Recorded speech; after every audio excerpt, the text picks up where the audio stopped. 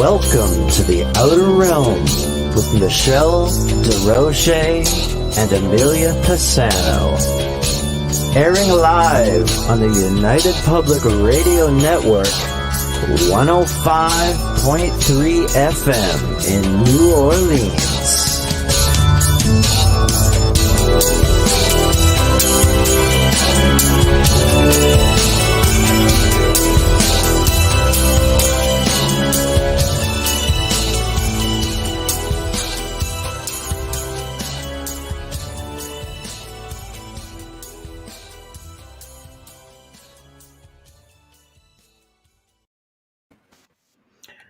Good evening, everyone. Welcome to the Thursday night segment of The Outer Realm. We are broadcasting live on the International Public Radio right here on United Public Radio Network, 105.3 FM from the beautiful city of New Orleans. The Outer Realm is fully sponsored by the amazing folks over at Folgers Coffee, who have been with us from day one. So thank you, Folgers, for being a part of our journey. Huge thank you to sponsor number 2, being Dr. Snick, the Sonic Surgeon, aka Justin Snicker, who is responsible for our intro and our outro. He is an award-winning composer of Halloween, horror, sci-fi, and darkware electronic music. He can find any of his music over on Bandcamp, Spotify, iTunes, Amazon, YouTube. So go and give him a look-see and show him some love. He's got some awesome stuff, guaranteed. So, hello, Bubbly. How's it going? Good. How are you? Oh, it's definitely going. It's all right. Been that kind of a day, I'm thinking. But here we go. I'm picking up a noise. I don't quite know what that is. I think it's coming from you, maybe? I don't know. I do have a fan, but I have it every night. That's what it is. Okay. Yeah, I know it's extra loud tonight. I'm just thinking, is that me? Is it something here? No, it's okay. My microphone's low. No. That's hey, weird. Shannon. Hey, David. Yeah. Hello. Yeah, it's really like. Really? No, it can't be. This is it. I don't know. I have it every night. Yeah, I don't know. Whatever I'm picking up, it just sounds like a turbine engine. Okay, I don't know. Let's see if I move that because I'll melt, like completely melt. I have that every single night. It's all right. Okay, I'll move the microphone. Is that any better? Nope, same thing. I don't can know, turn man. it You got off. a turbine? Do you have on. a turbine outside your house? No, it's a very quiet fan. It's so quiet. You still hearing it? I've got nothing. It just seems. I just turned it off, so it's not my. And when I turn on, when I take the mic, like the headphones out, there's nothing. So it's not that. Yeah, it's not that. It's something else. I had it. I turned it off, and it's still. I don't know. It's not okay, man. Whatever it is, it's just like one of those spooky October things. Maybe I don't know. So I'm trying to catch up with everybody. Hi, Nancy. I know. BFF. So Nancy came to your place that first night. Oh, hey, Nancy. Yeah. Honestly, our guest couldn't make it today. He was doing a ghost tour and apparently had a little bit of a mishap in the cemetery and couldn't join us. So we'll have to move him on to, unfortunately, probably next year at this point. So we thought, you know what, let's do just like a fun old Q&A. We really have been having a lot of fun with them. It's really interactive. You know, it's like with our guest, Jason Hewlett, last night. It was amazing because we just sort of had total roundtable, talked about everything and anything, and everybody joined in, and it was a heck of a lot of fun. So, I thought, let's just do it again. Let's just, beats not having a show, and it beats just sort of somebody last minute. It's so much fun. Well, we didn't even have the last minute. Anyway. Well, I've got a lineup of people want to come on. Somebody's like, I know, but that somebody last minute. Let me know. I'm like, okay, but I really do like the Q&As, and a lot of people are. Hey, David, yeah, my favorite show. Thank you, ours too, actually. But but I know.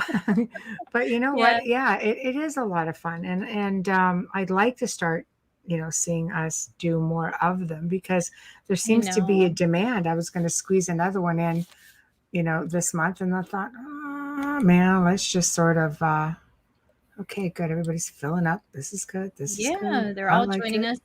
Yeah, it's hard because we do 8 shows a month and they're Yeah. always booked.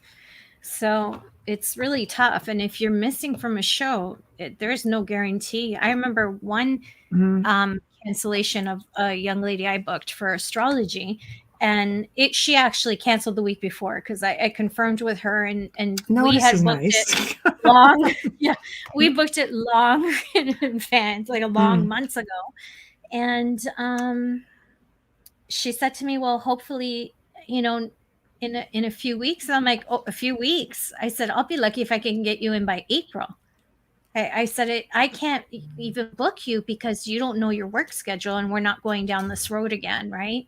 Because that's what happened. We booked ahead. She confirmed it, and then all of a sudden I'm messaging and, oh, I have to work. It's like, oh, okay, things happen. I get it, you know.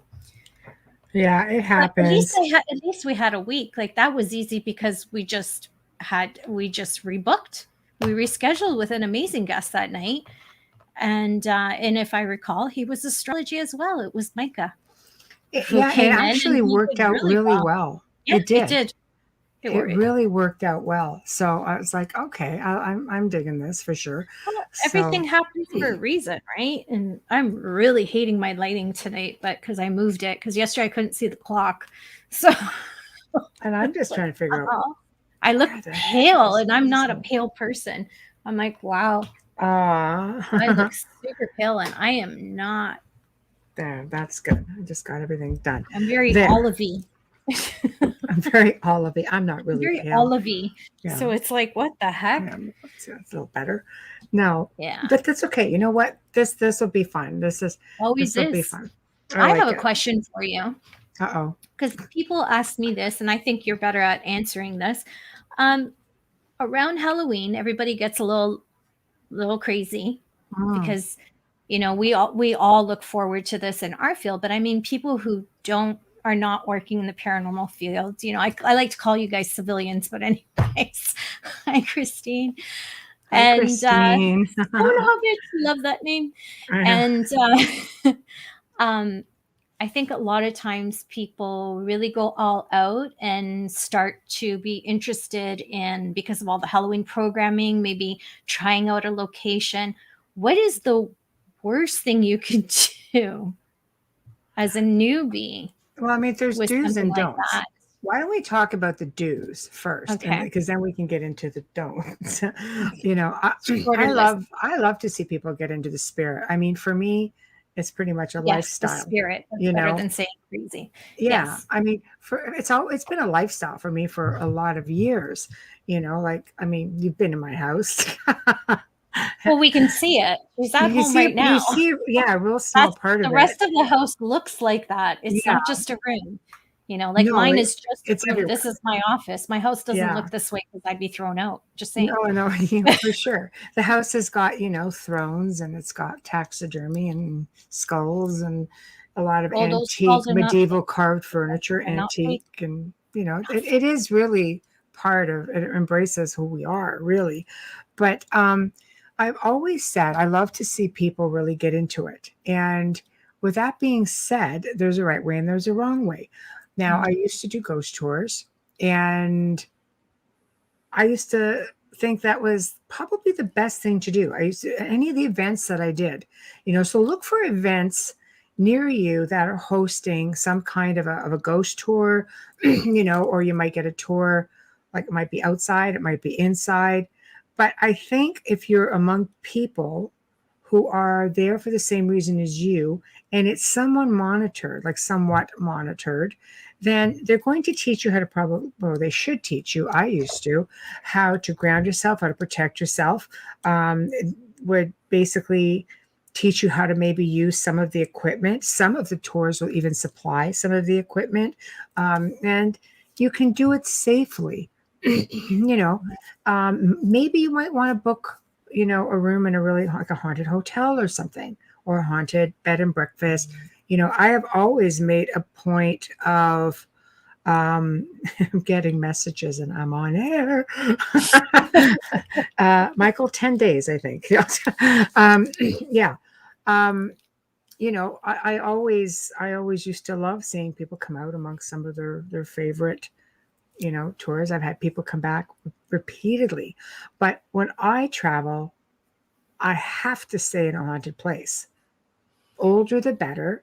If I can't find one, okay, I'll do a standard hotel. But She's speaking for herself, just saying. yeah, I'm speaking for myself. I'm speaking for myself. That's my thing. No matter Yeah. where I go in the world, I want to be someplace that's active. It's just I enjoy it. I don't investigate it. I really don't. I enjoy it. I enjoy it's just like being at home. It's just sleeping amongst It's a your whole other comfort, world. comfort zone It for is for you. me. I'm a bit of a weirdo Yeah. that way, but some people dig it.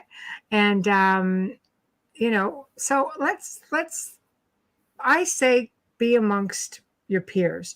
I say do it in a controlled environment, and this way you can sort of get the hang of what it's all about. I've met people who've done ghost tours all over the world. They specifically would go to locations where they had ghost tours. And I mean, my God, there's tours all over the world that you can do. I mean, I've done some and they're like amazing. Scotland's got great ghost tours, you know. Mhm. On rich history. Oh, absolutely. Yeah. But I mean, what don't you do? Okay. Just because a place is abandoned doesn't mean it's haunted. Just because it's a Or cemetery doesn't mean it's haunted. safe. Abandoned places are not usually safe. It depends. I mean, I've been allowed to investigate some, abandoned haunted locations. And I won't say really abandoned because I mean, they were on private property and monitored, the places that I've gone into. And even at that point, you go in and, yeah, I remember being in a really old lodge at one time. You guys would have seen this on one of the episodes of Haunted Case Files, and they've named it like the Haunted Island or something Mhm. along those lines. And I always said this place was rich in history. It was like the Titanic of lodges. Like it had been closed down for so long, and anyone who was anyone would go to this place, and they would have pony racing. Marilyn Monroe had been there. A couple of the Roosevelts Mm. had been there. Yeah. Be- Celebrity. it was in that area, the Muskokas, right? And Mhm. it was just unbelievable. But it was sad to see it in its state. I'm probably one of the people who've got some of the last photos of it before it finally collapsed. The following winter, it had a huge snowfall and the whole roof caved in. All that's been salvaged of it is a huge stone fireplace that sits outside now, and they've turned it into a bit of a patio area. But it was a 2-story jobber, huge. Just you come into a giant rotunda, all open concept, and the rooms just spread out to the Beautiful. left and the right. Yeah, it was Yeah. amazing. Huge round rooms on the end. So you would have your dining area, maybe your ballroom. But as you get upstairs, the whole floor upstairs is caved in. And, if you weren't watching where you were going, you'd be down on that first floor pretty darn quick. That's what I mean by jumping into an abandoned place Yeah. without permission. Mhm. That's one of the worst. That happens a lot, especially at this time of year. They think, "Oh, I drove by this, in some back road. Let's go check it out." It's Well, like you don't urban know if you're gonna exploring, fall right? through the floor though, Yeah, and you're in someone else's home. Somebody owns that. So, it's like, true. It's you true. know, So, yeah, it's really hard. Oh, one sec. I have to get this because it's that's gonna take okay. 10 days, I think. Um, yeah. So if you're not careful, it can be really dangerous. I mean, we actually had permission at one time to investigate this old asylum, and I guess somebody forgot to tell the police that, like the owners of the whole estate. And I've seen where all these cherries come rolling in down this long, long driveway. We're like, what's this? Because it was a group, right? Because it was like a film crew. They were doing some B-roll. And police come in and like, what's going on? We're like, wow, we really aren't supposed to be here. Yeah. So, yeah, it was a little Hint bit with the scary. cherry light. Hint with the cherry light. Yeah, Notice right. the cherry. please. It was scarier than the ghost, man. Yeah. Like, Yeah. everybody's got like weapons and like, oh. So, Yeah. but it was a lot of fun. So I always, yeah, I do have to stress, haunted places, just because it's abandoned doesn't mean it's haunted. Just because it looks scary doesn't mean it is. Cemeteries are not always haunted. Um, so No. just show due diligence. Realistically, guys, we share space with a whole other world out there that we don't see. You could probably step out and walk down the street at any given time and find a spirit person. I say look for places that are, historic, and I mean historic. It could be outside. Yeah. Maybe just go to where there was a battle, like Yeah. Gettysburg, for example. They don't let you roam around on the battlefield. You can do, certain tours. But I've done the tours during the day because they allow you to drive completely around the entire battlefield. It's phenomenal. And you can just stand out there and read the monuments and do voice recordings and get something. It's Yeah, and you can have amazing. a Gettysburg burger. I heard they're phenomenal. They are. I've Yeah. been to Gettysburg a couple times, and it is really awesome. That place So, must be good. It shows up on pop culture dramas on TV all the time when they're there. no, exactly. Oh, It's amazing. exactly. No, Yeah. for sure. It's really it's quite an experience. But see, that's just another location. The whole bloody town is haunted. You can go and Mhm. have your pick of wherever you want to stay, especially off season Or when even it's just eating colder. outside, dining outside in the Oh, summer, you're gonna pick up stuff as well because yeah. all the streets are loaded. They are, Yeah. and it's really a lot of fun. So those are the kind of places that you want to go to, So do you want if I put up a question, or a comment, do you want to just read it there? Yeah, Go. there's the first one. Oh, That hey, came when you Brian. were beginning, so I waited. No, Hey, thank you. Michelle. Hi, Brian. Hey, Michelle. Had an ex with a ghostie in her apartment, and she told me that the ghost was always moving things around. Don't I understand that? And was pleased to see it move her big glass of wine right across her kitchen table to the other side to an empty chair. She just smiled and said, "See, told you." Yeah, well, Yeah, yeah, that's one of your most favorite moments when you're sitting with a skeptic, just saying, right? When someone, exactly. not necessarily skeptic, but maybe they just don't believe you. There's nothing more satisfying than it happening right in front of them. I've Oh, I know. experienced that more than once, and it was a great joy. Hey, Hi, Bradley. Bradley. Hope you're Nice to well. see you. Only Thanks for once sharing I us up. That was very nice of him. Thank you. Only once I had the RCMP placed into an old jail cell and used them as a trigger object That's at an smart. old town hall, and it worked. LOL. Yeah, absolutely. That's brilliant. So what was the outcome of that, Bradley? Yeah, you got to You're let us just going to know. lock an officer up in the jail cell. He said it worked using it as a trigger, but what happened? Oh, I know. Yes. I know. That's like, I don't know. It's trigger Yeah. objects can be fun. Usually using people. Well, I guess you could use, a police officer. That would be interesting. We could Mhm. use, imagine you could put like a female investigator in there. That's been Well, done. That's sort of scary for her, but our friend, and he's been on our show, Wes Coleman, who's security at prison guard. He's prison guard. yeah. Said that he's been used for that because he knows in prisons, haunted prisons, because he knows how to, speak to the inmates, and it brought up a lot of activity. No, yeah, I So imagine he you'd said know that how in the to just show. do that. Yeah. Yeah, if you Yeah, guys are it's true. interested, it's an archive. It's Wes Coleman. Mm. But yeah, let us know, Bradley. And then there's the question that everybody always asks: why are people only investigating at night? That's a Mm. really good. That's a really good explanation. I'm gonna let Michelle take this. I'm gonna watch the chat room. So Why please does keep people those questions investigate at coming. night? I think it's because your blinky lights look better on your equipment. Yeah, I know, really. Yeah. I think realistically, if you're haunted, you're haunted. You're haunted 24/7. I can tell you in this house here, activity would occur at any given time. I remember, times coming into the front door and I was a spirit man there, and all I heard was this voice going, "Well, hello there." And I'm just like, hey, where'd you Mhm. come from? Who are you? And I've seen doors just swing wide open, and I come into the dining room. At the time there used to be a door, I'd be like, all right.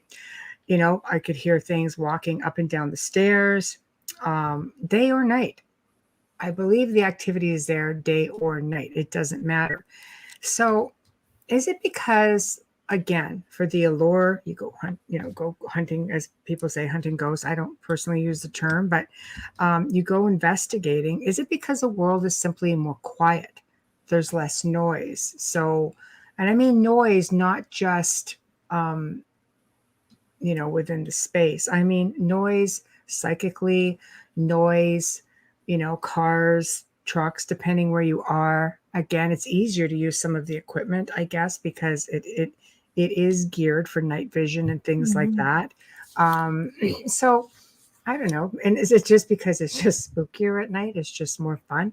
I mean, I would have more fun doing a ghost walk, for example, at night than I would during the day. It is. But we've done them during the day. Yeah, and And they're still I've seen active. people get full-fledged apparitions on a photograph during the day on a hot June afternoon. Yeah, like how often are you taking a picture of someone, or you're taking a picture as a group, and all of a sudden you notice something's there? It's not always at night, but like you said, it is a lot more fun at night. It Not gonna is, lie, it is. but it doesn't mean there's more activity. Okay, Right.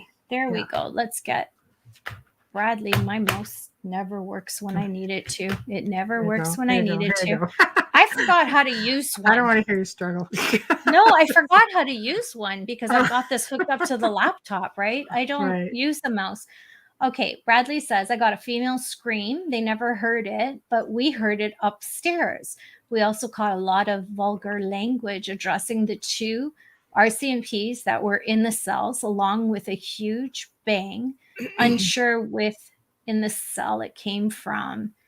Your mouse is haunted. Yeah, my mouse is. It's been one of those. It's just been one of those, like the last 2 weeks, Bradley. I can't tell you, like the stuff that's going on is just crazy. True. But anyways, well, that's exciting. Did you have them in their uniforms, or were they out of uniform? Like, how did they know that they were law enforcement? Yes, and RCMP. I mean, wow.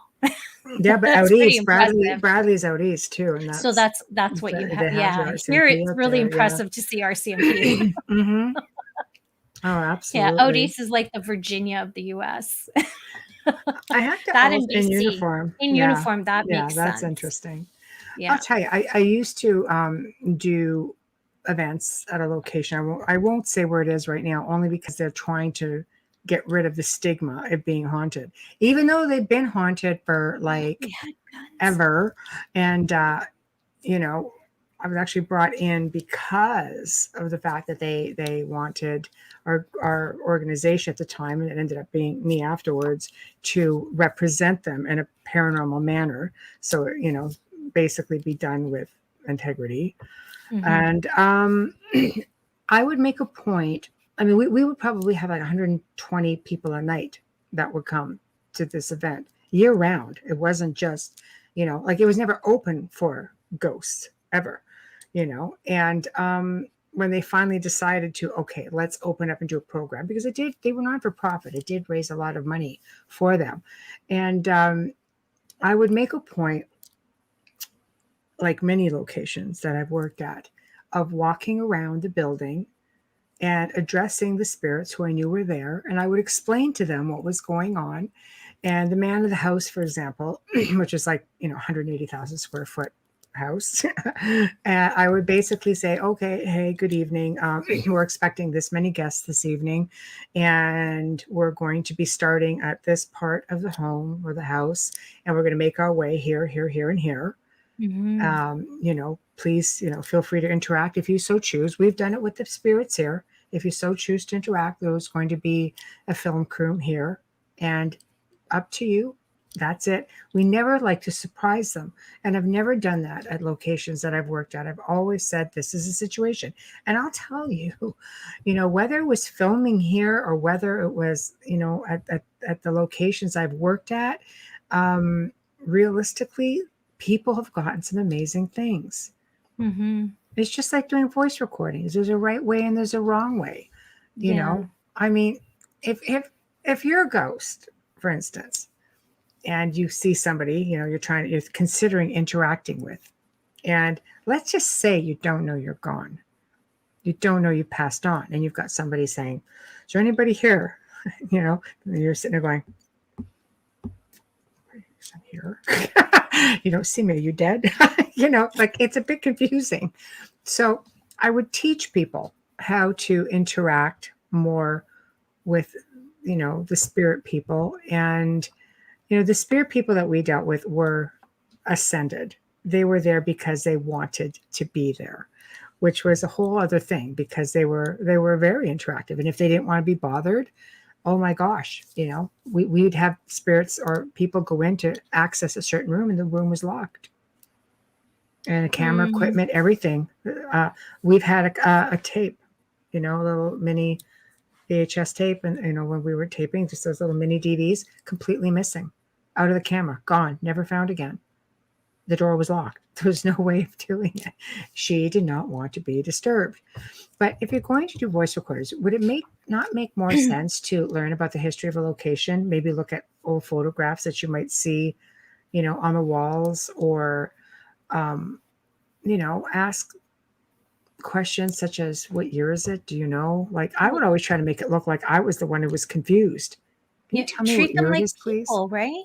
Yes, exactly. Treat them like you're having a conversation with a person who is in this realm. Like, yeah. But being intelligent about some of the questions, like some researchers are really good at it, and others is just like too much. Is there anybody here? Can you tell me your name? Can you tell me? The name part is good, but again, I would try to make it look like I was the foolish one. It's like, I would start with, "Hi, my name's I'm not Amelia." sure I know what year it is right now. So. And you want to give them your name before asking theirs, right? Just to be Introduce polite. yourself. Like yes, exactly. Yeah, exactly. Like Introduce yourself. I like this. Oh, Bradley says, use the Tickle Me Elmo at a sanatorium, but remove the batteries. First time I ever seen Elmo talk so much with the batteries. Kind of like Elmo me. can be a little bit annoying to start with, but take the batteries out and he still keeps going. It'd be a little bit much. Thankfully, my daughter was never crazy about him. Oh my God. Yeah, it's just, but no, trigger objects are a lot of fun, because spirits will go after, obviously, electronics. It's easy. It's so easy for them to manipulate. Here you go. Oh, I didn't say you were skeptic. I said people who are skeptic, people or don't believe someone when they're talking. But no, I know, Brian, you're not a skeptic. That was about my fourth experience. Was at a haunted chalet in Blue Mountain. Well, hello, Canada. I was in the sunken living room. Someone with a heavy walk was clamping around above my head. It was late and pitch black. I yelled, who's walking around? A friend from the bedroom yelled, "That's the ghost." I love it. Yeah, no, I wasn't calling you a skeptic. I was saying in general. In general, with skeptics, it's a lot of fun. Yeah. That's your compadres out there saying, "Oh, it's the ghost." Don't wait for the ghost to answer. No. Oh. Just jump in. I love it. Yeah. And Bradley says, we left it in a dryer. It's probably still there. Oh, what if the spirits are trying to get it? You need to go back, Bradley, and take it out. They'll have to learn how to open the door. I'm sure if they've been there a long time, they know how to. No, exactly. Yeah. Asylums, sanatoriums they're sad places. Yeah, I haven't done that. Yeah, I've done a couple of them, and they are sad places, because there's so much confusion. There's pain. There are people who are sick. There are people who are abandoned, left behind by their families. There are people who are abused. There's not a whole lot of happiness within the spaces, And the one time I went to one not far. Well, I'd say not far, probably, a couple of hours or so from here. And again, I don't want to say, because they were actually bought out. And last I heard, I think they were going to build some condos or townhomes there. I know, because the buildings are intact and they're in really good shape. So if you can imagine, they might even use the same buildings. So anyway, wouldn't be the first time. Wouldn't be the first time that was done. They did that downtown Toronto years ago. I know. I know the one too. Mm-hmm. But right, I remember about 6 p.m. And it was in the summertime in August. So it was like really bright outside. And all of a sudden I could hear chanting, Ugh. like chanting, and all of a sudden tapping on the pipes. And, there were probably about 8 of us in there, and everybody was in different buildings, probably 2 per building. If you think about it, you've got 6 buildings. Wow, We knew that we were, our group, just like alone in this building. And then I just started taking photographs, and I ended up with some of the most unbelievable stuff. And the first one I captured was in this big rotunda area, and it was a clear face, really bright, a clear face. Everything else in the room was dark. And I'm not talking an orb. I'm not talking about anything like that. It's like a floating freaking face. And I looked at that and like, that's disturbing. That's disturbing. It is, because, it's just, it makes you realize like there's still people here, probably in very confused states. Oh yeah. State of mind, I believe that if you're a strong empath, you should stay away from sanatoriums. Honestly, I don't think I could handle it. I think I'd fall apart. Like when I just going in the 9/11 memorial, I couldn't breathe when I left. As I was exiting, and I rushed through the end of it because I couldn't take it anymore. It was just so difficult. I had chest pains. I was crying uncontrollably. I looked like a psycho walking through there. Everybody's somber. I mean, it's horrible. It's horrible what happened. The tragedy is just horrific. It's massive. It is. Yeah, if you're empathic, it would definitely be hard. If you're empathic, it's hell to go through there. And if I'm very strong empath, and it just picking up everybody's feelings in there, as well as all the the residual, because I didn't find very many spirits there. I found that to be more at the actual fountain where the buildings, the foundation was. Joshua Murphy says, well, to bring up from last time, my cat kicked out a spirit when I was a child. Animals, cats especially, though. Cats are considered to be, they say that if you have a cat, that spirits or malevolent spirits would not remain in the home. That's the theory. I always say your animals will definitely pave the way. The first thing I say when somebody messages me and says, okay, yeah, I've got something going on, I'm like, do you have a pet? Follow their lead, because they'll see it before you do. But there's something about cats that evil or malevolent entities don't seem to like. So that's very, very possible. I absolutely believe that. Yeah. They can't instill fear in the cats. Cats are fierce. I had a cat years ago. I'm more of a dog person, but I've had cats in my lifetime. Yeah. And I remember moving in here, I had Popeye maybe a couple years after, not even, because my mom wanted him. So I know my mom was around, and I was here 3 years when she passed. Right. But Popeye would always be in the corners, and everywhere where I felt uncomfortable, he validated every single time. It was, I would feel it, and I would look, and he was already there.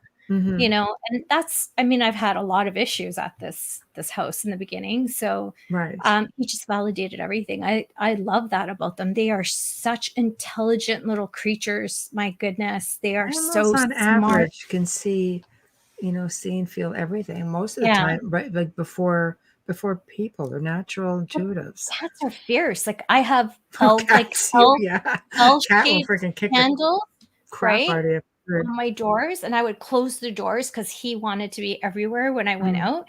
And I had the like the little straight handle, and he would take a run, dive for it, grab it, and hang on, and just weave into the room. I'd come home, all the doors were open. I'm like, what the hell is going on in this house? Yeah. And then I saw him do it, and I'm like, okay, that's not paranormal, that's a cat. But he would do it all the time. So beware of the animals in your home as well. You might want to put a camera out if you think there's paranormal activity. I'm talking almost 30 years ago, so we didn't have any kind of cameras back then. But no, it's true. It's true. Yeah. But your animals will always pave the way, and they'll warn you.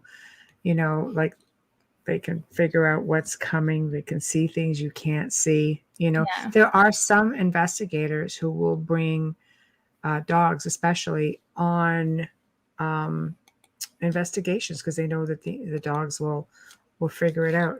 Cats are the guardians of the dead. Really? 100%. Yes, correct. That's correct. They They bring were the dogs? guardians of the dead. They were revered in Yes. Egypt. Yeah. Yeah. That's why I've never seen anybody do that. I mean, I've been around cadaver dogs, but I haven't been Yeah. around that kind of, yeah. Yeah, Wow. there have been people who've done it. I remember seeing a television show one time, and there was one specific group that would bring, this big dog along with them. The Yeah. dog would just react, which is normal. That's exactly Well, what they do. especially in a an unknown environment, their senses are going to be more heightened because they're Mhm. there to protect their owners. So they're going to be more Right. heightened. Unless you have a Morkie like mine who's just going to jump between your legs, but Are you he would kidding? be of no I've had use. chihuahuas that are like 2 pounds. Like my That's a little chocolate one Napoleon would be like, complex. take you Yeah, right on. It's like, yeah, what are that's you a gonna do? Napoleon complex, man. They're Oh, hilarious. I know. You're But not a big dog. You're ankle 2 biters, pounds. ankle biters. I know. I know. Oh So my gosh. yeah, and ghost animals. It's interesting that you bring that up. They had a ghost dog. Yeah. Um, there's ghost cats here. Yeah. A lot of people have seen them, but you had an experience with one too, My which was kind of first time at Michelle's house. cool. I'm like, I'm looking and I'm sitting like on this side of the table where I always sit. I Yeah. mean, I'm sitting on, across from you. And I wasn't sitting at the head at that point. I was sitting on the other side because Peter was doing something. And I turned around and I see this black thing jump up and go down. And I'm like, oh, your cat is so cute. I'm like, what? Nancy was there for that. And yeah. And, and you're like, I know. we don't have cats. What do you mean you don't have a cat? Like I just clearly saw a black cat jump and walk into the kitchen. You cannot tell me you don't have a cat. I was just, No, wow. And I wasn't we've looking had for anything. We were talking. We were just in conversation. And I caught from the corner of my eye and I turned around and I'm like, oh, isn't that sweet? And he's walking into the kitchen. I'm like, you found a black cat. We've had people say that there's a gray cat. yeah. We know which, like Wayne's cats that have passed, but some of these were prior to that. Now the black cat, whether it's short hair or long hair, in and around that time, there were two of It was Wayne's a cats. longer haired cat because I could clearly see that it was Salem. fluffy and black. Pardon? That's Salem. She was about this freaking big, Yeah. big giant puffball, Huge. and really big head on her. Yeah. So that that would be incredible. her. Yeah. That was funny. Yeah. That was funny. No, but it is, people. I remember years ago, a woman sending me in a photo of a horse, and she sent me a picture of the horse in life and the spirit photo of the horse. And that was the horse because it had an unusual marking down the top of the head that came down the nose. Yes. And it was. And I was just like, they're gorgeous animals. I know. I know. It's almost sad in a way when you think about it that they're just staying behind. I know. It's like, how do you, I guess, well, there's going to be a way to help them cross over. I guess it depends on who you ask for assistance and what your beliefs are, right? Like, I mean, we touch on this a lot with researchers, and we've got a couple of researchers in the chat here. We are, by the way, streaming on 8 different platforms right now. So just so you know, you're not all going to see everybody in chat because there's 8 different chats kind of merging onto the soundboard here. But as a researcher, okay, do you move people on or I think this almost becomes ethical in a way, but it's controversial too. Yes, because we've talked about this before, but we're not in really great lengths, so we won't drag it on. Really yeah, we don't want to kick the horse till it dies 1,000 times, so we're just going to kind of touch on it again. But you never gave your opinion. some people believe that you don't really have the right to move them on, that they have the right to be there. And I'm like, I'm all for that if they are not causing angst to the living, if they are aware that they're dead and they want to remain behind. But realistically, if you move them on, they can still come back and be much happier without all the baggage, in my opinion, for whatever it's worth. Not that they can't come back. That's got to be a point that you've hit flashing Vegas lights on. You know, Mhm. I think that's the part they're missing. Well, yeah, I mean, they can come back and forth as much as they want. But then I think you have to ask yourself, okay, number one, is it dimensional, interdimensional? You know, are we seeing an actual spirit in this time? Are we seeing something that's just crossing dimensions? There's a lot. It's more complex. It's not black and white. But let's just go black and white for now without making it too complicated. So if you're a researcher, and let's just say you come across the spirit of a child, do you move the child on, or really any spirit, or do you just like, no, this is a great place to investigate. If I move them on, I won't have a place to investigate. Like, where do we draw the line as researchers? If that child was human and screaming for help, would you walk away? I But think what if that's the how you child have to isn't look at screaming it. for help? What if the child is very Lost? interactive and seems content? Yeah, lost. Yeah, lost would be a good Well, way to put it. And some of the cases in places that I've researched, you know, the malevolent things come in and sort of hold the spirit people hostage. See, that's what I have to go by, people, not because it's every situation, but it's because it's the type of people I work with and help. You know what I mean? So I can only go based on the locations or the type of cases that I do, which is that. And I've often seen really malevolent spirits hold kinder, more gentle spirits almost hostage. I've often. got voice recordings where I've heard, you know, children or spirits just say, you know, hurry, hurry, he's coming, things like that. I'm like, oh, it breaks my heart. I can't, like, literally walk away. So Bradley says, okay, depending on what you got for evidence. Okay, so give us an example. What kind of evidence would make it so you don't want to move them on? Is that the right way to ask? I don't even know. What makes a researcher not want to move on a Some spirit? Is it because I don't have the right to do it, or is it because I can't do it, or is it because I want a place to investigate? they don't know how, and they're For quite sure. upfront about it. But do you at that point bring in a medium to do it, or a Most remote teams viewer have to a do it? medium, though, Yeah, right? some. I don't know. This is just throwing it out there. This isn't finger pointing or anything. I'm just curious because this is a pretty controversial thing with people. Some are for it, some aren't Oh, for it. nice. Okay, hold Yeah, on. Bradley All says I right. got an EVP of a child saying I'm Aw, looking for my mom, so we moved him on in that case. Perfect. right. I'm glad to hear that. But what Yeah. if the child wasn't looking for its mom? And let's just say we know it's not a mimic, because Lord only knows mimics are really good at portraying little children, because we let our That guard betrayed down. medium. Well, we automatically let our guard down. It's like, oh, it's a little child. Meanwhile, it's like, you know. So what if it's just a child who's there? Don't they deserve to be moved on? Like, it's almost kind of sad that they're there. As a mom, you know, I would be horrified if I thought one of my children or, you know, left behind Yeah, it was being grounded. little. Yeah, I don't know. Maybe it's just the mom in me that's like, that's just wrong. I don't know. I You don't know, know. Oh, it's so controversial. I didn't know for a long time till I met you about moving them on. I was always told that, oh, there's an attachment to this or this, that. I never questioned anything because I didn't work in this part of the right, paranormal. right, So I, everyone I've ever done with cases that I've worked, I've always made sure they cross, because if I'm working a case, it's tragic. It's, right. it's sex You trafficking, know, it's a yeah, murder, it's tragic. right. And I know damn well that they need to be moved on. And often these are the spirits that are getting bullied by the demonics because they're so Mhm. weak and scared. It's true. Well, they feed After off that energy, right? Yeah, and then after meeting you, I mean, I had a spirit with me for years and didn't think anything of it, and you said you need to move her on, and I couldn't understand why she was so difficult sometimes. But She now wanted to I'm go glad home. she wanted to go home, but she was nasty with the dog too, right? She was difficult.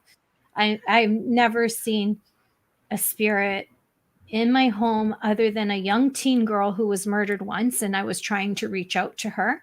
We were looking for her remains at the time, Right. and we had the suspect in custody. And I remember her coming at the time. I had a portal in my ensuite, and I remember coming from my right, and I heard on my She was floor, mad, and then the right? chandelier fly. My chandelier, my crystal chandelier is brass. It's from the 1960s. It's very heavy, and Right. it was just flying around. And I'm like, get up off the bed, holding it, and I'm like, slow down, let's talk. I can help you, but Right. yeah, It is really a tough decision. Like, for me, it's not. After learning about all of that and communicating and working with you, it's not a tough decision at all. It's always move them on. If they want to come back, they can come back. If they are not ascended, I think it's your obligation to move them forward and take them out of whatever that's interesting. whatever Yeah. they're stuck in. That's just my opinion. I would never leave a child or any spirit for that matter behind if I had the opportunity to cross them over, knowing that if they wanted to come back, they Come could. back. That's the Yeah. big one, is But knowing that. I think that they can if they want to. I mean, our spirits Mhm. here are ascended, They do. and we Yeah. have just as much activity, but we have our Yeah. resident spirit, but every now and then other family members come in, and they're not stuck. They come back because they loved it. She's here because this was her house. It was built for her to entertain in. She She's loves still the house. entertaining. She still She's entertains. yeah, she still She's is. Sometimes we company. feel like, but every time Yeah. we do things here, we'll say to her, okay, well, we want to do this or do that. I mean, she's been instrumental in us even opening up doors that have been blocked off. There's no way of knowing if there was really a door there. These are plaster walls, and she has basically shown where the doors are. And we go in, you open up the wall, bam, there it is. It's beautiful, ornate woodwork in the middle of it. Like they just put walls here and left the door. They didn't it's just crazy. But Brad says better we leave them there if it's a better place that we're supposed to go. Why not send them there? They can come back if they really want to be there. I get at times the homeowners, oh my gosh, want them to stay some as sort sort of of amusement. amusement. To me, that's not right. To take it on myself, I move them on in that case. Good for you, Bradley. That's wrong. And if they want to come back, they'll come back. It should be their choice. Just like I would feel like I'm being held hostage. Hi, Zach. Hey, I would feel like Zach. I'm being held hostage. Yeah. If I wasn't helped to get across a bridge, say, there's a moat and I can't get to the other side, and all my family's on the other side, and I'm here all by myself in the dark. Well, what do you do if it's a business venture? People are If it's a entitled. They're business allowed to make money. They're I would, allowed to. but then They're if allowed to those, have a but you're living. still holding those spirits there against their will. Like I'm playing devil's advocate. No, I know you are. Yeah, there's some. I mean, people are allowed to have a living. They're allowed to provide a safe environment for researchers to research. But does it become like a circus Do the act spirits want or to be like a researched? sideshow, or I don't know. Like Yeah. Hi, Thomas. Hey, Thomas, thank you. I mean, we've allowed people in here sporadically to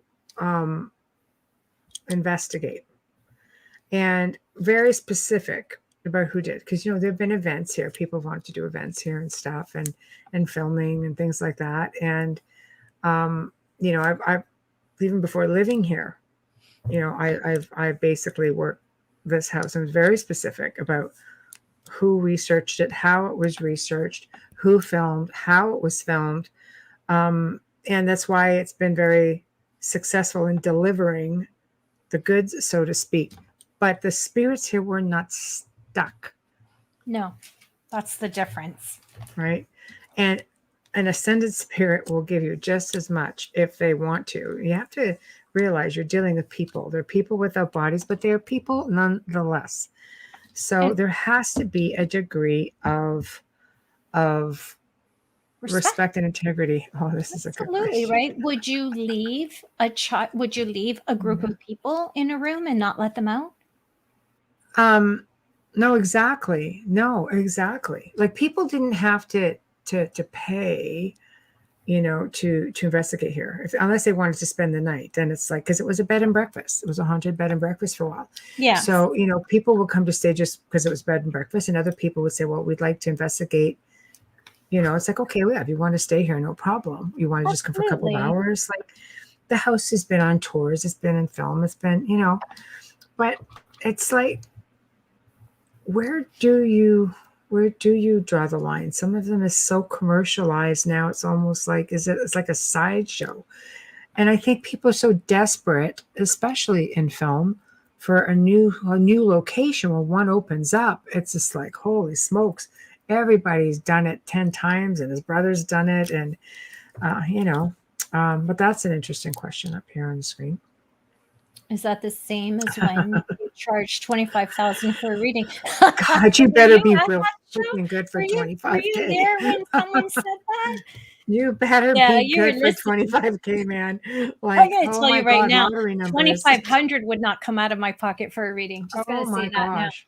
Does that Shouldn't be include the making lotto pick for the week? So, that better be the accurate numbers for the week, oh 25,000. my And I God, better get my yeah. 25K back in that win, and no I karma. know. No karma. No karma, Oh my God, it's true. Okay, Bradley says, shouldn't be making profit off someone's pain, living or dead. I would think you would have to take a good look at yourself as a person. Damn straight. I'm with Thank you, you. brother. No Like truer that is words have just, been spoken. Yeah, yeah, I agree. I Integrity.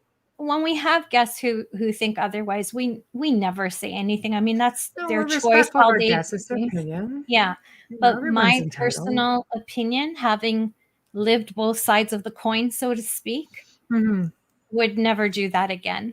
I couldn't Mm-hmm. believe until you put it in the perspective. I didn't even, because I was, again, mentored and taught the wrong way, the way I see it now, Well, you had a spirit who was really like trying to abuse your dog, cause you some angst. At that point, it's like, okay, you need to pay attention to what the spirit wants, oh, she and was maybe work abusing, with her a she was bit. abusing me, but none of that happened until I moved. While I Right, was at my parents' house, right, everything was fine and calm. It was when I moved that everything right. started. It was the change, right? And Yeah, Thomas, good friend, hello, sir. However, you must recognize your gifts and value associated with providing. I agree, Great 100%. point. Yeah, I agree, great point. 100%. I just think somewhere along the line, there's a lot of really great people in the field. I mean, we've had many of those people on the show over the course of the last couple of years. It's just been such a privilege to have them on and share their stories with us. But again, have we lost our sense of compassion? He's got a good point, Chris. Yeah, and up she goes. There you go, Amelia. Yeah, I know of people who won't let spirits cross because they are marking them. Marking them or making them. It is sad. It's very sad. Just think, if that was your family, how would you feel? If you knew that it comes where it's your time and you cross, and wherever your belief is and wherever you may end up, that's a whole other show. Mm-hmm. And then Marketing them.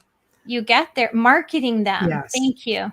And then you get there, and your family's stuck behind, but you can't help them now because you've ascended. And how do you go back? Because you can't find them. Wouldn't you hope and wish that somebody would help them along? That's just Yes. And I mean, maybe it depends on if it is a dimensional thing. Can you come back to help them? That's true. That's true. I believe you can still come back. There are just the deceased who have ascended who come back and help their loved ones and strangers all the time, Yeah. But then there are those who, they move on without them. I mean, I have seen so many situations. I have seen spirits from different time periods exist in the same space, and they never see one another. No. I And think that that makes could it be dimensional, interdimensional. right? Yeah, absolutely. I've Right. seen people, and it's sad because you're looking at, let's say, a mother looking for her child. They're in the same space in two different dimensions. It's really, really sad. I want to address Bradley's comment. Use your gifts to help and not make a profit. Well, I completely 100% agree. If you are looking to help somebody doing what you do best, which is researching, trying to give clarity, maybe moving that spirit over, maybe the spirit just wants to be there. Maybe the spirit's ascended and it just wants to be familiar with the family and making introductions, whatever. When it comes to readings, I believe people are entitled to make a living if it's reasonable. I mean, if you want to charge this much and you have somebody who has it and wants to spend it, have at her. But you have to know that this is for entertainment. Mm-hmm. I've seen people spend a heck of a lot more entertained in many other ways. But you have to be clear. There are charlatans out there who will lead you and keep you going for months and years, and they will drain your coffers. You know, a good medium will say to you, this is your reading right now. You can walk out this door, make a decision, and change. Your reading will be different by tomorrow. Nothing's ever guaranteed. Take it for what it is. It's entertainment. It's fun. If you get something out of it, great. If you don't. That's a psychic reading. Yeah, a mediumship reading is different because they connect you with spirit that has passed, and they'll provide you with proof, and you'll be able to validate if they're. But a lot of people, it's like, am I going to find love tomorrow? Those are not readings I ever did. I did a few of those on radio, and I got tired. Those are the charlatans. Are really. But those are the people who are really out there, and not all of them. There's a lot of really good card readers out there. There's good psychics. There's great mediums. You know, they're out there, and that's okay. Just know what you're getting. Just know what you're getting. I have to say, when I pull cards, I am like 9 out of 10, if not 10 out of 10 every freaking time. And I was like everybody else, thought, oh, the little book is in there. It tells you anyone can do it. So I gave these cards to a friend of mine who lost her husband and said, here, you can communicate with him through these. And she said, Amelia, I can't do it. Like, it's not working. I'm like, what do you mean it's not working? It says it works. But good night, Bradley. Thanks for tuning in. Oh, thank you so much. Yes, you're an hour happy later slumber. Than us. Yeah, happy slumber. Yeah. Thank you. Okay, go ahead now, Bubbles. Chris says, I've had a spirit ask for help to cross, and I will help them to get them over. Sometimes they don't want to, but at least you tried. And then Thomas says, to be rewarded for services provided does not mean profit. That's right. But running a haunted house does. But it can, yeah. And Joshua says, Michelle, there are so many fakes. Yeah, there is more than there is credible, because people who have integrity and are credible are not advertising themselves. I'm just saying. Most of them there don't. are some. I'll tell you something. Yeah. There's a place, if you take the time to go, in upstate New York called Lilydale. Mm-hmm. Now, Lilydale has some of the best mediums that I've ever met. I really, I mean, a lot of people who are mediums or who are, spiritual in sense, for me, it was a place to go to unwind, purge a lot of stuff. They do courses in the summer. They'll bring in speakers. They really teach you a lot. And you can go there. They spend their summers there. Some people live there year round, but some of them have been there for like 50 years, 40 years. Like, they've been there a long time, and they'll do spirit paintings. And so I tested this theory one time. I went in and I got a reading in a spirit painting, and I thought, okay, it's reasonable for what it is. The reading was like 3 hours, and realistically, I was really paying the extra for the painting. So I thought, okay, this is really interesting. I went back the following year, but this time I got a reading before I went from someone who I did trust and was always bang on with me. Then I went to Lilydale, and the medium validated the prior reading I had. When I left there, I went back and had another reading with my trusty, psychic friend, and he validated her reading. Everything came around full circle. So I thought, okay, this is how it should be. I'm still the same person. The events in my life are the same.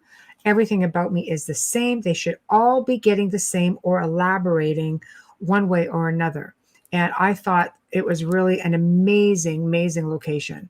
And Chris, yeah, you really definitely should go. Oh A yeah. little bit different now with the pandemic. It's not full on right now, but I'm No, but I sure it think will it will get be there. in the summer. Yeah, Yeah, they were yeah, just saying on the news today that everything should be opened up completely by the spring. yeah, Thanks, Corinne. Yeah, yeah, completely by the spring. yeah. So I No, think next exactly. summer they'll be running fully, and I would love to go there as well. I have a lot It's of an respect, amazing and place. well, they're full of integrity and they're very They gifted. they are, and a friend of mine there runs a museum, and he does the ghost tours there, and he's really versed. I mean, this is a place that has history. It was started, by the Fox sisters, on the infancy of Victorian mediumship, and Spiritualism. oh yeah, it's unbelievable, and you're dealing with mediums who are, this is what they are. They're mediums. They just look at you, they take your hand, they do things. You're not getting card readings. I've participated, in Victorian seances, and I'm watching table walking and table tipping, and it's really quite an experience. It's the largest spiritual community, on this side of the ocean. And it is really an amazing place if you can get out there. It's a lot of fun. A They're lot of fun. they're different than what I was referring when I say that there's a lot without integrity and they're out there advertising themselves. I call those psychics ambulance chasers. Oh yeah, And these guys don't advertise. You just no, go. that's what Yeah. I mean by when Yeah. you have someone who's really good, you'll hear about them through other people in your community or, Right. wherever, if it's Facebook or if it's in your neighborhood, you'll hear about them. Right. But people who are out there constantly Word of mouth. promoting word of mouth is the best when it comes to finding a medium with integrity and someone who's really, really good. And Mhm. not every time you go or when you go there and you have your intention is set that you have to speak with this one person. That doesn't always happen. No. They can't just pull someone out of a hat. What needs to come to you will come to you. But if you do have someone in particular, what I used to tell them when I did readings a long time ago, I don't do them because I can't ask for money. I'm terrible at that. So I've never done what you that. should referrals rock. Absolutely. What you should do Oh, hey, is Joshua. focus on the person that you want to connect with and start talking to them out loud like a couple weeks before and ask for something. And often if the medium's really good, you'd be surprised at how they will know exactly what that keyword or that thing you have in your pocket or whatever. Focus on that for a week before or 2 weeks before, and you're communicating with them and you're saying, I really need to see you and I need you to come forward. I need this for That's myself. I right. need this for Explain what's comfort. going on. Say, I'm Yeah. going to have a reading. We want Yeah. to bring you through.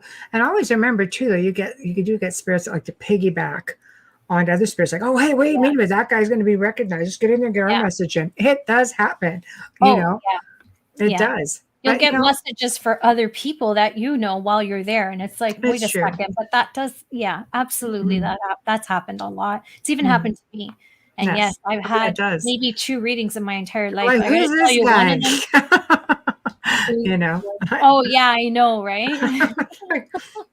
Who's this dude? I don't know. The woman's like, what?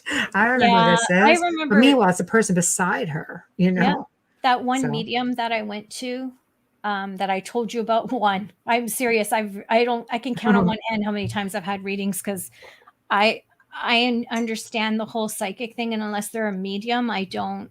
I don't partake in that. But anyways, I told you about that one that I went to, and I couldn't believe the stuff that she had said to me. While I was there, my cousin had passed only two years before that of stomach cancer. She was very young. She was 35, 36 years old, left 2 children behind. She came forward. My cousin Sylvana came forward to get a message to her dad. And I did get that message to her parents. But yeah, that's nice. Though. Yeah. Hi, Wayne. Nice. Hey. So he's with the dog right now, the new puppy. I can't wait to see her. Yeah, she's just not having anything right now. Just wailing away. So he's got her.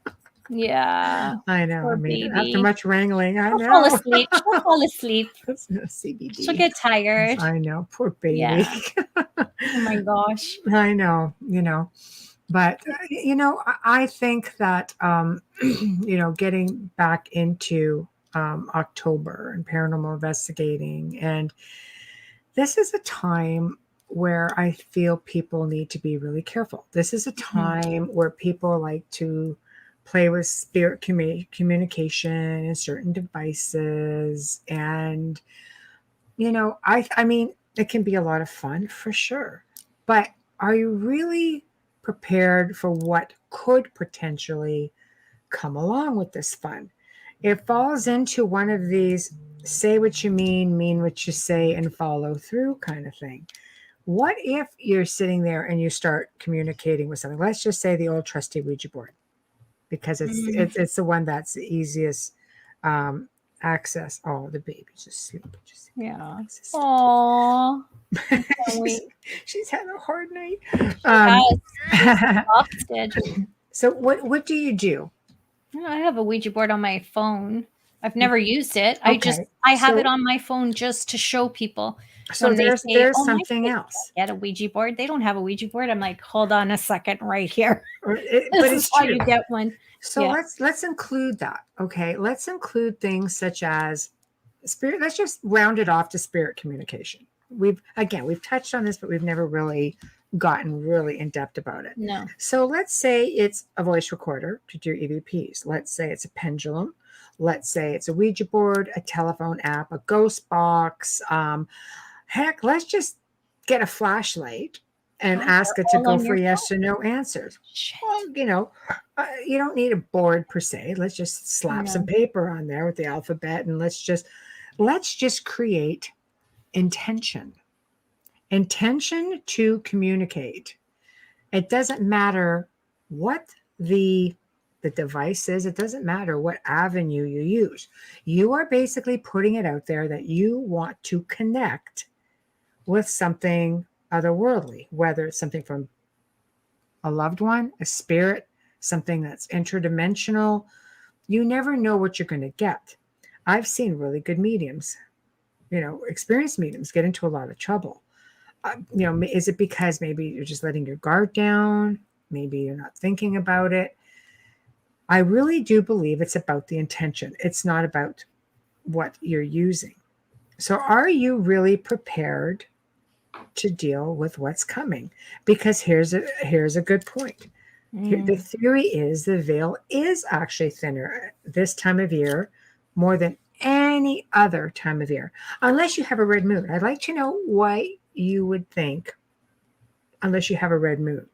I'm curious about that because people don't really think about things like that. They just Can think, "Oh no, it's Halloween. The veil is thinner," and that is the theory. can I That is say the theory. something? My mother used to say that the other side was more prevalent in December because it was the end of the year. Maybe. She used to believe that, and she used to believe that it was terrible to have a child in December. I'm sorry for all of you people who were born in December. This is just my mom because my first child was I had lost. I was her due date was Christmas Day, and my mother was Wow. like, "I hope you can hold off till January." And I'm like, "What? Like, what are you talking Why? about? Why? Because of Christmas?" But the It was a Catholics, belief. you're Catholic, but No, the but it's not Catholics about believe that Catholics. if It's your not about child was born on Christmas Day, it was like a free pass No, up. it's not about being Catholic, it's all about being Italian. It was Oh, yeah, all a I whole see. other thing. I Yeah, it was a see. culture thing, and she would Right. say, the veil is very thin in December, it's the end of the year, you can communicate because it's after the month of the dead. It wasn't just the Day of the Dead, it was the whole The month, whole, the whole month. Yeah, and some cultures are like that. Absolutely. that was her beliefs. I Right. know, yeah, it had nothing to do my mother wasn't that devout Catholic. I mean, she went to mass every Sunday, but she wasn't that devout Catholic. She See, swore more than I do. I agree 100%. From fall equinox to the winter solstice. Yeah, strong as Yes. Joyful. See, and the winter solstice is December 21st. Yep. So, Yep. yeah, she would always say to me, it has to be after Christmas. Like, what do you want me to do? Like, hold Like a it in? trusted voice or whisper in your ear. Yeah, trust your instincts. Absolutely. Absolutely, Joshua. Trust your instincts. Yeah. Yeah, And if you're in tune and you know how to tap in, you could pick up on that all year long. It's I just a do. different thing for I people who was going don't. to say, I think if your intention is strong enough, you're going to succeed in anything that you're doing. If you want to communicate, it's going to happen to you at any Law of given attraction. time. But this is a time of year where the mindset is different. See, people want the fear factor. People want the experience. Be careful what you wish for. So the That's all I'm saying. invitation might be stronger. Mhm. There might be more of an intention. Then what do? I can tell you through the years, I've dealt with a lot of people who I had to clean up Halloween for some people. I had to clean up the leftover debris from Halloween. I went to this haunted tour. I think something followed me back. I went to a seance. Oh, we decided to have wine and have a seance. Right? You hear all the stories. Who did I say this to? I said if maybe it was Corinne, I said it to. I said if October in our field and we were in retail, October would be our Christmas. That's how busy it can get. And it's always busy, but it's just more so because more people are attempting to communicate and investigate. So there's more attachments. There's more like, I think I brought something home with me. Yeah, I think you so. know, I think the biggest mistake is when people believe that there is a child spirit, will often say, it's okay, you can come home with me, I'll help you. No. That's true. Zachman says, I'd rather have a positive paranormal experience than a scary one any time of the year. Absolutely. See, I like it's a spiritual both. one. I like them both like too, them both. but not everybody does that. what we do, though. Yeah, So, I don't mind that spooky part of I things. think it depends on whether or not you can handle it, and do you know what you're interacting with is the big question. I mean, even for me, sometimes I can get tricked and stuck. It wouldn't be a first time. I've had it happen quite a few times. So it doesn't take much especially if you're fairly new to the field. It's like you have to really learn characteristics. You have to learn that similar as they may be, they're all very different. I've done EVPs and worked different locations for so many years, and people don't always realize, and maybe this is just me because I'm very sensitive to sound and smells. Like my senses are very heightened, and I will hear a tone in an entity and get it on recording, and I will always remember that tone came from that location. It's just really, really strange. And Joe here. Yeah, there you go. You know what I mean? It's like I hear that tone, so it's like, okay, I don't ever forget it. It's just really, really strange. Okay, so here we go. For me, I prefer to stay low and not poke the bear. Yep. Never poke the bear. That never works I'm out in anybody's exactly favor. like you. I would prefer. I've said this a million times. I would actually. I think I've changed on that. I think I'd rather deal with demonics than serial killers. You kind of know what's coming with a demonic. You know what you're getting. Yeah, you'd always know what you're getting. You really don't know with a serial killer. It takes a lot of study and profiling, and that's a lot of work, a lot of cases you have to read about and work. I agree. Yeah. I agree with you on that for sure. And a lot of them have attachments anyway, so.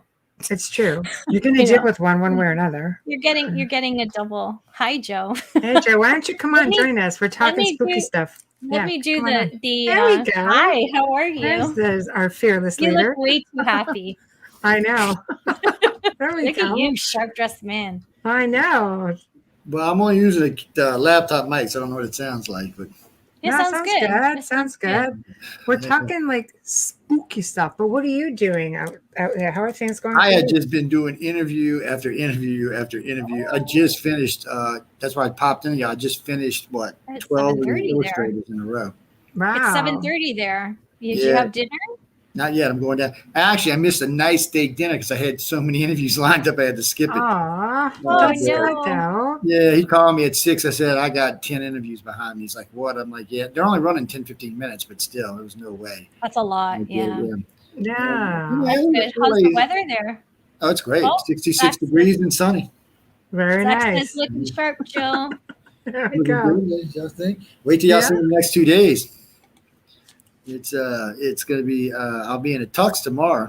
Oh, can't wait to see those photos. Saturday, I'll be in a black formal, so. Nice. So you won't be having any gray zones. I love the shirt. I love the color of your shirt. The vest is in there, babe. Later. The vest is The vest. Oh my God. When I saw the vest, I'm thinking my father would be so proud of you right now because my dad always dressed like that. Oh, I love That it is in the a way vest. it should be. To me, Yeah.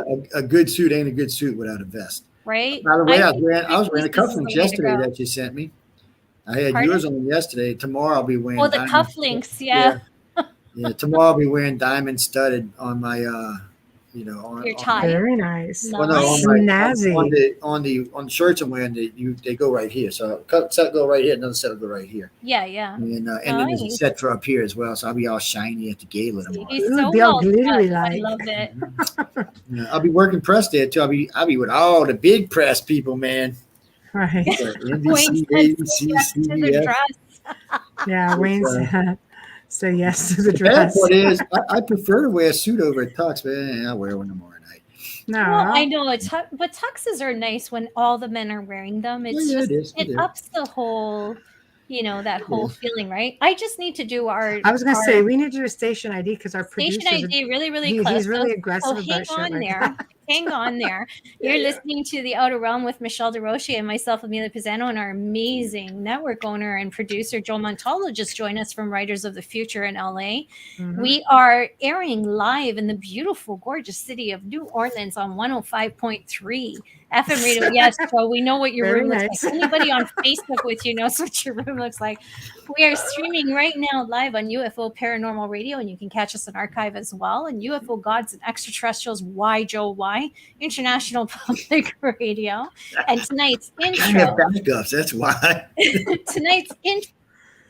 It's I gotta say, man, I seen something kind of spooky down here last night. So we were gonna go clubbing. It was about 1 o'clock in the morning. We decided we were gonna go clubbing. Well, Okay, I didn't finish the Central intro. Pumpkin. You have to wait. I didn't finish my station ID. Sorry, because right in the middle of We have to give the Justin sponsors a Snicker. mention, Joe. Yes, I love our sponsors.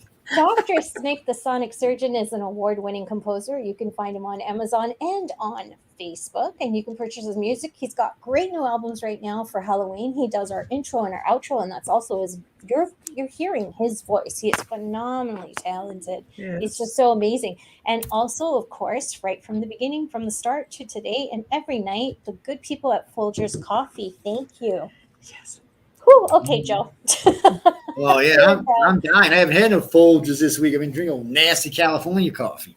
Oh, we should have brought some from home. I was gonna say, what do they have at the hotel? I don't know. It tastes like water, whatever it is. Because you're on the West Coast. It's a little bit Let's get back to weaker. spooky stuff. What'd you get?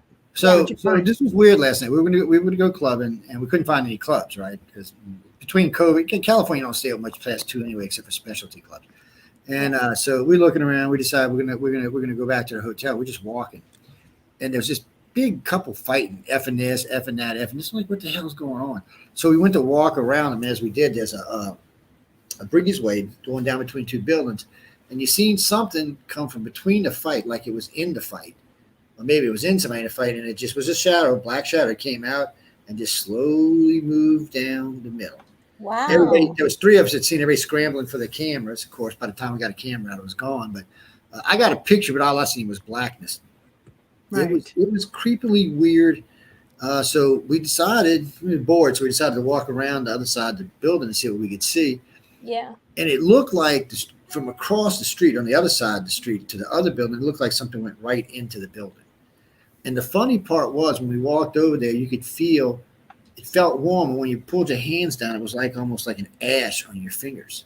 I have no idea what the hell it was. I really have no idea. We're in an older part of Los Angeles because we're staying at the Roosevelt Hotel. So it was creepy, weird, whatever it was. I don't know. Josh, I have no idea what it might have been. Shadow people, might have been something else. It was weird to see it. And then one of the writers was with me. He goes, "Oh yeah, because we're with Joe. We're going to see horrible, scary shit." I'm like, "Oh." Well, you're in Hollywood, right? Yeah. So, But yeah. there's They've a lot been of history. History over there. Yeah, there's a lot I've of been to history. Hollywood. There's It's a lot so of full of ghosts. history and Oh, there is. sadness and Well, the I got power into. of dreams.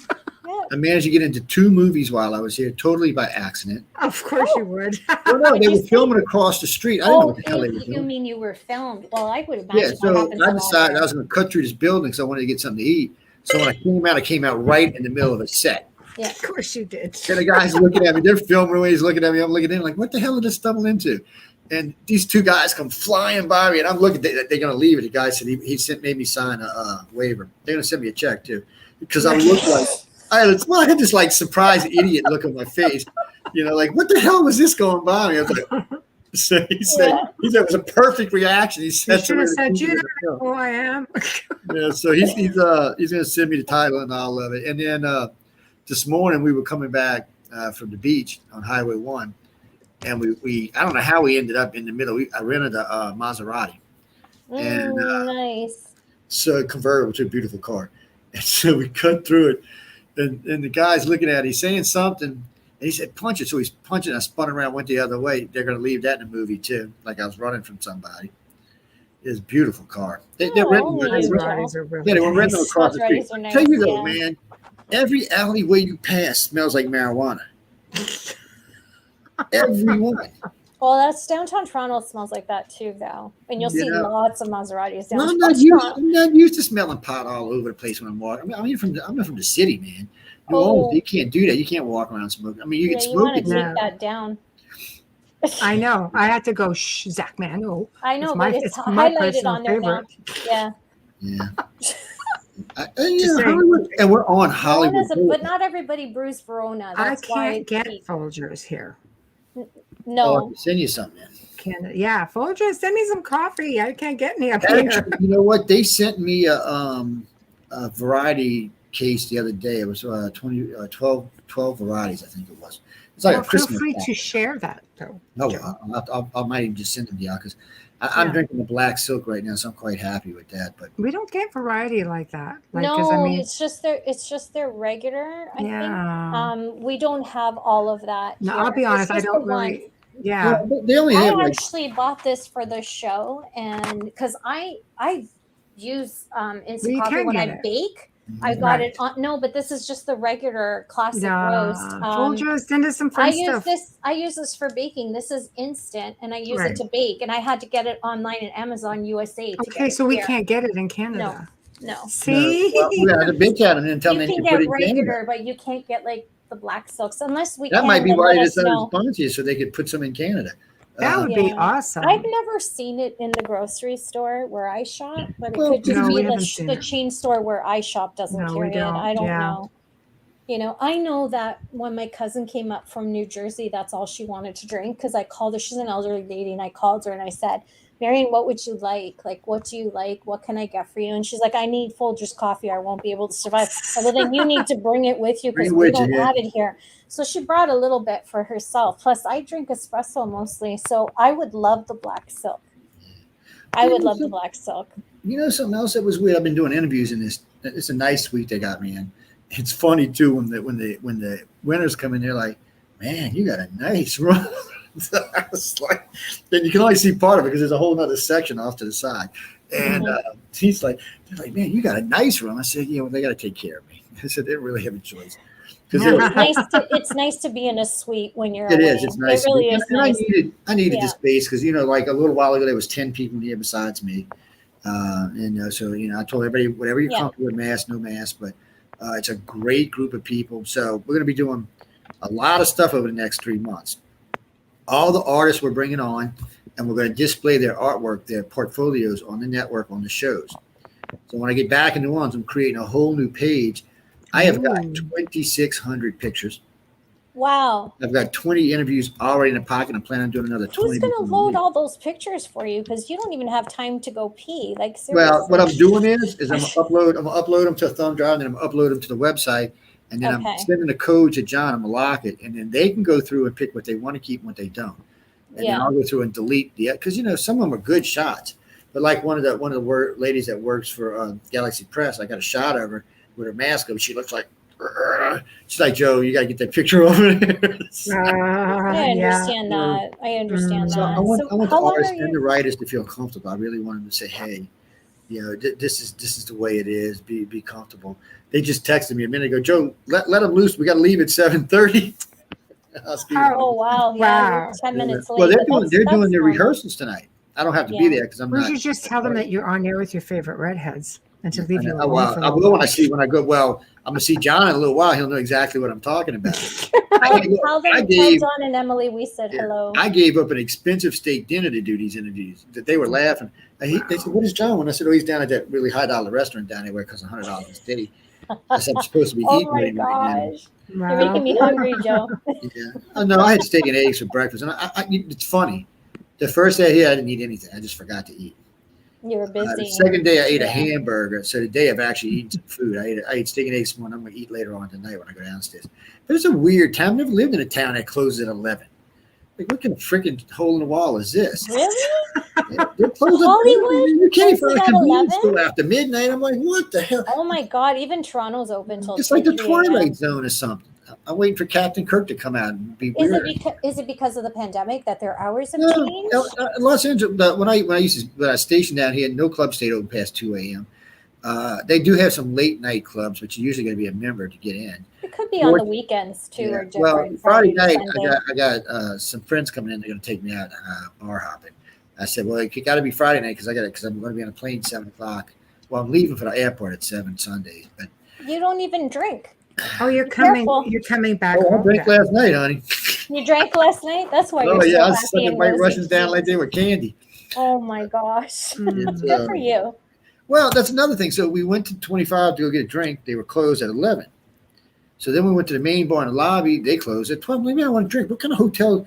So then the guy says, we got a pool bar. I'm like, really? I said, I head out to the pool bar and I get I got 2 drinks. I bought myself a drink. I bought somebody else a drink and they closed. I was like, you're kidding me. But I'll tell you this. Hold on. I don't know if you can see it. The wet bar is full, honey. Wow. So, beware of those macadamia nuts, man. They catch up. They up there. Oh, look. So I got a Coke. I'm hooked on those nuts. They're crazy. I got a can of Coke yesterday and a bag of Doritos out of the bar, $10.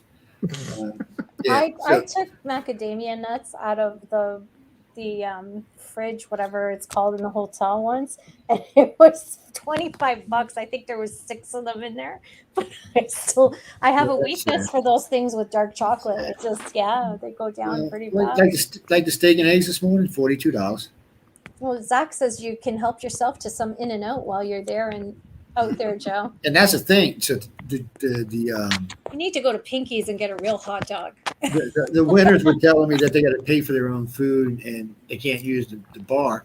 They first thing they told me, Joe, you can have anything you want, use the bar, use whatever. I said, no. So I like to go out and get my own food and stuff like that. And it's the fun. bar is still a great time. bloody pricey when it's in your room, though. Everything is $10 chocolate bars, $20 water bottles. That's true.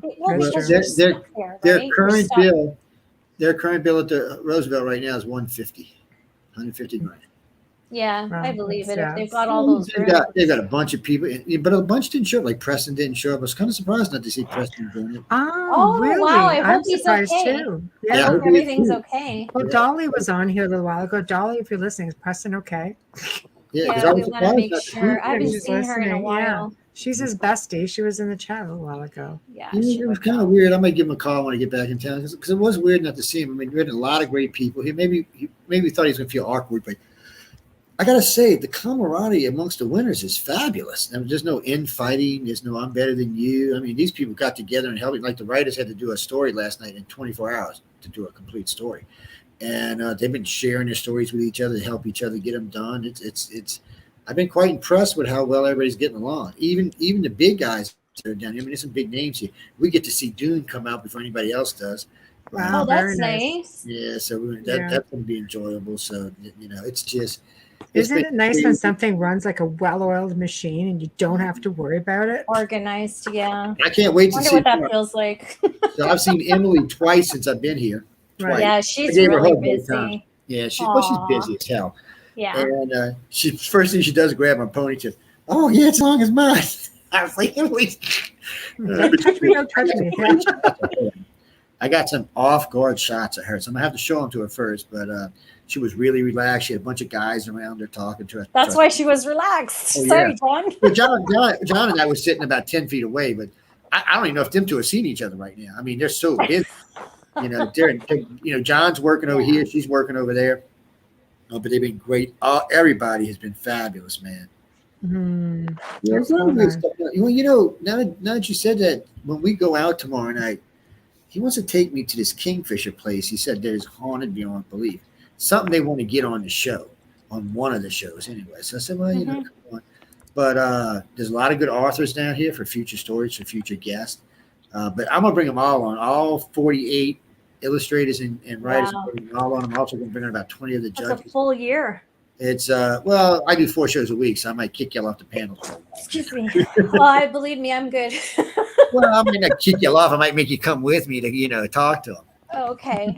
And because I said something about that earlier. I was talking to these 2 ladies, and she said something to me. And she said, "Well, we might make good hosts." I said, "Oh, you got to be redheaded to be on a network." Canadian right now. She said, I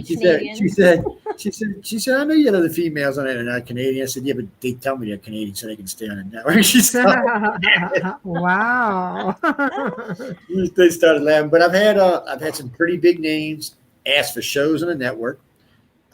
2 of them, like Dave. I mean, this guy's got 240 books. He's probably Who's got that kind of time? Who's got 240 books? How many pages?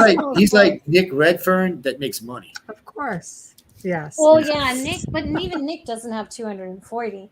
Yeah, but Nick writes a lot. He's a pretty prolific writer. But Nick's constantly writing. Yeah. One of the Star Wars writers, one of the Star Trek writers are here. He writes the art. Very cool. Exciting. He's actually the guy responsible for the Star Trek belches. The reason, not belches, opera, the Klingon opera. He's actually responsible for that. Wow, I've never seen an episode of Star Trek. Everybody's gonna send me hate mail. Yeah, I've never seen. I have to watch it because I keep hearing about it, but it wasn't something that I watched as a kid. But it looks good, and I love William Shatner. So, of course, he's Canadian. No, that's not why. Actually, when I liked him, he was T.J. Hooker. He wasn't Captain Kirk when I was watching him. So I loved him, right? He was a cop. That was my thing. But yeah. I'm glad you're having fun. How's Linda doing? She enjoying her time without you? Yeah, she's having fun. The dogs ain't liking it, but she said the first night baby dog wouldn't go to sleep. She said she just paced the house all night long, ran up and down the bed, because I just got a new set of stairs before I left. And the little, so last night I called kind of late. They heard my voice while they were sleeping. Oh, they were all over the place after that. And the new one's gotten used to sleeping underneath me now, so she's trying to find a place to sleep. She's like, "What the hell? There's nothing warm in the bed right now." Ask Michelle her news, Joe. What news you got? We got a new little puppy too. I'll have to send you a picture. You got a new puppy? Nadja. What's her name? Crazy. Nadja. Nadia, like Nadia, but Nadja. Not nudge it. I knew she's going to have to get the new one soon. Okay, I'm sending you pictures right now. I'm being a proud mom. Just today. So it's very exciting and fresh. Yeah, I just did it today. Okay. I flew with a Chihuahua coming up here. Some lady was at the airport with her little Chihuahua prancing around the airport, which made the guard dog go crazy. And then I seen her when I got off the airplane. She was walking around with her Chihuahua. I was like, well, look at this. It was a good flight. It was only 3 hours. See, in Canada, you're at an airport with a dog. Your dog has to be in a carrier. You can't be in a public look how sweet. Right? She's a sweetie pie, man. Look at the baby. She got baby girl's face. Yeah, she's about 3 pounds. I am laughing my head off right now. Everybody's like, what happened to the paranormal talk? We're talking dogs right now. Well, hey, paranormal people. Hey, we're talking dogs. We're heading towards the end, and it's so I saw you pop up, and I'm like, sometime this weekend, probably Sunday or Monday, I'll start getting posted back up. A couple of hosts already written to me. We're not on SoundCloud. You said you probably won't be till Monday. Just calm them down. Yeah, so you don't have the time right now. That's okay. Yeah, that's fine. Which I did. Of course, I download our own episodes to make sure there's no glitches. Yeah, well, just keep them. They stay on here for 15. Actually, stay on here permanently now. So right, just to be sure. But it's been hectic up here. I've been running. First day, I got in, took it easy. Yesterday, I kind of got around talking to everybody just to meet some people and see who's going on. John couldn't believe I was giving up a steak dinner to do interviews, and I still got to get with him. We're going to do a live broadcast from here sometime in the next couple of days. So tomorrow night, I'm going to work press for a little while, and then at the red carpet, I'll be pressing the red carpet with all the other big dogs, and then after that. I'll be attending. I'll be just a guest, VIP hanging out there. They tried to get me to lecture twice. I said no. Why? Well, I told John and them it's easier for me because the things that I was going to talk about, I can talk about when I'm doing these short interviews. I can talk about them with that then. Just common sense things. Don't use your real signature. Use it. For an artist, you should always have another signature that you sign that's your real one, because people can steal your signature and use it against you. So steal your accounts and stuff like that. So things. How to deal with the media. I said, I'm telling you, these interviews we're doing today are sweet and innocent, and laid back. I said, I can do some mean-ass hostile interviews when I want to. I said, but the press in general, I said, you're only as good as your last thing. So if you put out something bad and the press catches it, beware, because they might, use you as a target. Yeah, that's media. I was teaching not to give away the story, just give a teaser, not talk about the whole damn book.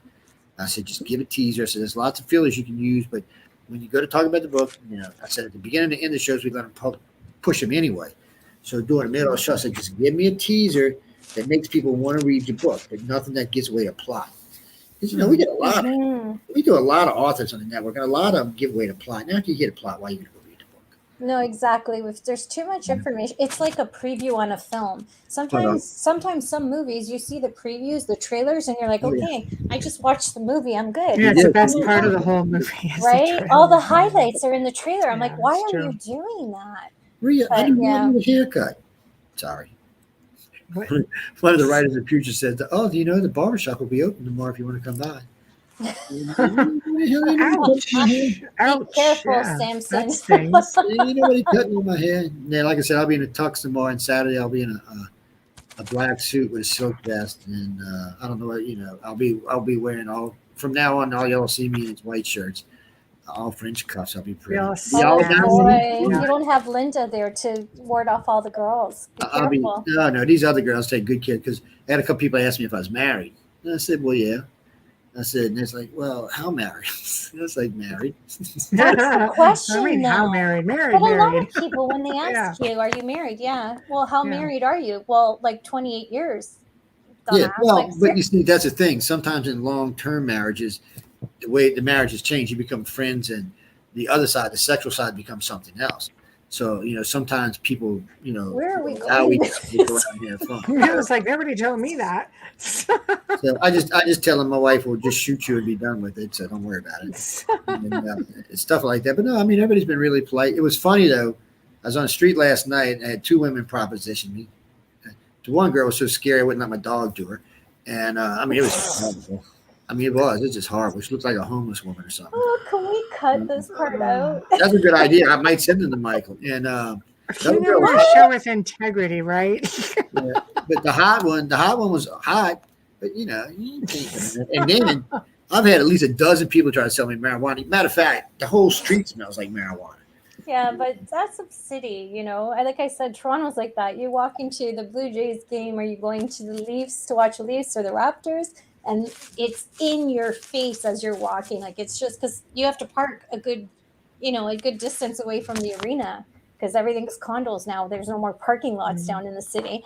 But it's just tons. Ever since Trudeau came on and he put that out there, I'm like, oh my God, I can't breathe. I want to park and then take a taxi or an Uber to the arena, so I don't have to take that all in, because I personally don't like it. So, Zach, I am going to try an In-N-Out burger, because everybody tells me how good they are. I hope they can beat Whataburger or Five Guys, but we'll see. But you also have to go to Pinky's. Isn't Pinky's like the place to go for hot dogs? Isn't that the nostalgic Hollywood? I will look it up. I still got 2.5 days here. And yeah, but you can't be there and not have like that iconic hot dog. Mm-hmm. Oh my God. I couldn't be there and not. I know all the food places when I travel. I have all my restaurants booked ahead of time too. Obviously, there's not too many locals around here, because when I ask them about stuff around here, they're like, "Oh, I don't really know." I'm like, "Really?" And I said, wow. I've just never stayed at a hotel before where the bars close so early. It's just weird. And sometimes I don't want to drink. I might want to fiddle around or eat, or damn Coke's $10 when you get it at the bar. Yeah. Well, they give. That's what happens when you're at a hotel, because Zach says, "Well, LA prices." That's just city. Zach, like any city, you're in a hotel. And he's in a really nice place. So. Oh, I did get a nice round of applause. They had one of the elevators down. They were shipping stuff in and out to a penthouse, right? Yeah. So we went to the GM. I said, assistant, I said, what the hell's going on? Over there moving stuff around. I said, look, dude, I don't know how many umpteen people you got in this hotel. I said, but it just took me 25 minutes to get downstairs. I said, so I handed over a United Public Radio card to him. I said, you see this? I said, you think you're a big hotel, but we got 14 million weekly listeners. I said, I don't think you want to go there. I said, why don't you do this at night so you're not pissing off all your customers? I came back 20 minutes later, the elevators were open. And I was like, John and looking at me, how'd you do that? I'm like, I got tired of waiting. And I said, I'm cranky old bastard. I get So there. But I was getting ready to say, so we did, we've been doing interviews. So every now and then you hear this. It sounds like. Oh. I have no idea what it is. At first I said, maybe it's a rat or something, but I thought this hotel's got rats. Maybe it's a kinky girl in the next room. I hope not. Oh, I had one of the attendees blatantly hit on me, and she's a sweet, innocent, gorgeous little thing. I said, "Sweetie, thank you." It's all I could say. I said, "Thank you." Well, it's because she knows you're leaving, so she doesn't have to be committed. But it was funny. It was funny. I've been in jeans and a vest on the first 3 days. I've been running around in jeans, a shirt, and a vest. And so I hit the floor today with a nice suit on. Everybody's like, "Huh? Who's this?" Who dat? And then we're sitting at the bar inside the lobby, and three of them are telling me, I've never, boy, you look really good in a suit. She said, men should always wear suits. And I was like, yeah, well, unfortunately, they're expensive. They're easy to get. But tonight we purple, man. We purple. It's beautiful. I love it. So I've been blue, green, and purple. Yeah, it's a gorgeous shirt. These are beautiful shirts, and they fit really well and really nice. Do they sponsor us? I'm just wondering. Yeah, right. We're just flipping names off like crazy. Right as the future sponsors us, so we got to talk about them. Yes. You're listed at the bottom. Yes, I understand. I'm talking about your shirt. The shirt company doesn't sponsor us. I might call them and say, hey, look, you see me, man? Why don't you sponsor these shirts? Yeah, right. But y'all gonna love it because there's a lot of young artists here. They're really nice people. They had some great artwork. some really great artwork. I got nice. Sounds exciting. Yeah, I got one or two of them might do some stuff for us. And we went over finance. We've done a lot of financing talk for the writers and illustrators today. And also showing them other options to get into, like, working for corporate companies, doing, artwork for football teams or basketball or, any company that does illustrations, or any publishing company. But there's a lot of other venues you can get into doing this stuff. There's all kinds of stuff you can get. I was telling one of them, I got a friend of mine does murals and in-home murals. The cheapest one she does is $5,000. Most of them are $25,000. I have a lot of respect for people who do murals in homes because that's something I've wanted. Because Michelle, how you come into my house and it's open all the way to the top. Yeah. I've always wanted something on either side, but something unique. And it's hard to find someone who does that. Yeah, it is. And they make good money. Yeah. They want to be paid for it. Yes. And, so, I said, there's that kind of stuff. I said, remember, make your artwork. I said, don't forget about gallerias. I said, you can always rent space at gallerias. I said, because most of them told me they want to be freelance, which I can understand. So one of them asked me about business. And I said, well, when I was young, it sucked. I starved like everybody else did. I said, and that's what determined why. I said, and then I went to work for somebody and I was working 50, 60 hours a week and they were making shitload of money and I wasn't. So I said, that's when I decided to go into business for myself. And I said, the next 5 years were hard. And I said, since then, they've been pretty good. I said, every now and then we get a bad one like the first COVID year. But I said, for the most part, I said, you see where I'm at this week? My partner's running my business while I'm gone. I said, I'm up here having a lot of fun on somebody else's ticket. I said, that's the game. I said, once you reach that point, you got it made. And that just encouraged all of them. They said, Josh, that's a good question. Oh, I didn't even have to highlight it. Joe caught it. I have to say, how can I say this? 2 or 3 of the writers and 2 or 3 of the artists make me, I got that feeling that that's what they are. So a lot of times when I meet an abductee, I get this really, it's like a vibration. I feel, I don't know how to explain it. And I felt it like 6 times here now out of the 50 people that are here. And then one last night was asking me questions. She goes, I heard you do alien abduction research. I said, yes, that's what I do. I said, I do that with everything else I do. And she said, how do you know if you're an abductee? I said, well, most don't ever know they are. I said, what kind of dreams do you have? She said, well, I turn them into art. And she showed me the art. Of course, there's a lot of aliens in her artwork. Ah. So she said, when I get up in the morning, I just sketch it out and then I go draw it and paint it and do the whole Oh, night. wow. So Very I said, cool. well, I said, it's where it starts in your dreams. I said, it starts to manifest in your dreams and it moves on. So I gave her one of the pieces of work I've done about one of the research ones for the station. So I didn't see her. And then when we were doing this later on, we started this round of interviews. She came up and she said, I need to talk to you in private. She said, I was listening to that interview you sent me on. And she said, I fit into a lot of that. I said, well, look, I said, if we can't connect while we're here, there's a lot of stuff going on. I said, you got my personal phone number now. I said, just holler when I get back in the city. We can talk. And I said, you can always come to the show. We can talk about it too. And I said, you just don't use your real name. And some of them got cool names like Wolf Moon and Storm and stuff like that. You know, it's just somebody got some great names. Very flower child.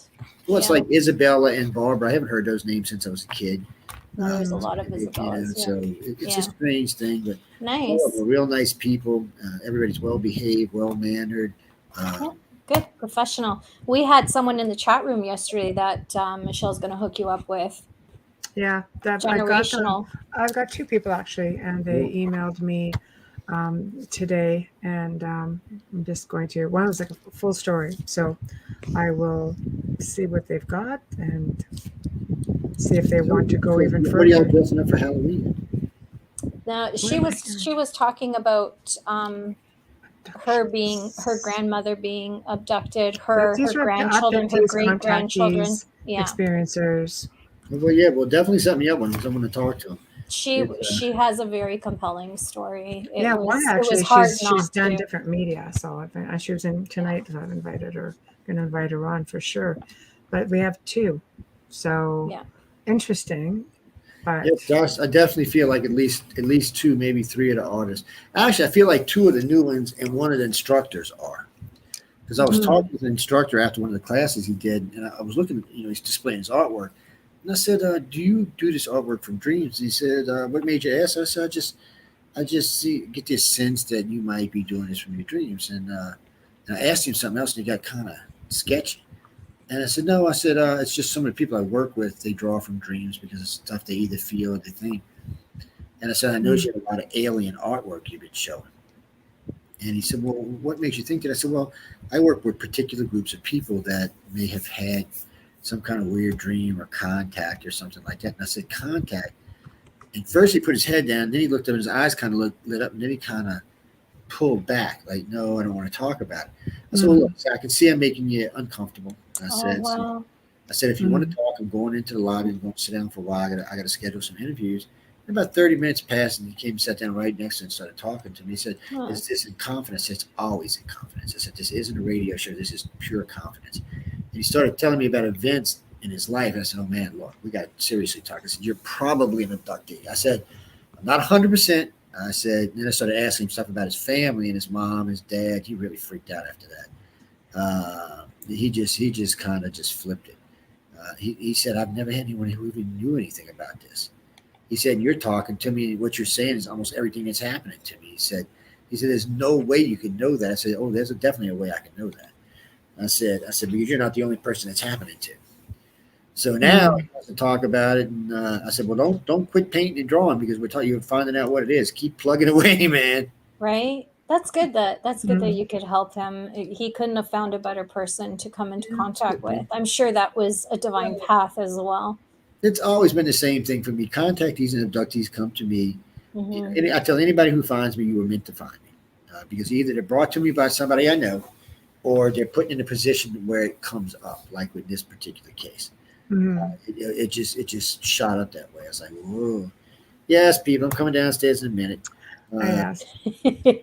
Yeah, well, we'll be signing off also. Yeah, right now. What y'all did? Beat your guest up or something? Yeah, he had an incident. Oh, wow. Right at 9 o'clock. Stuff happens. Yeah. Stuff happens. Anyway, what are y'all dressing up for Halloween? Just see this. I'm dressing up for Halloween.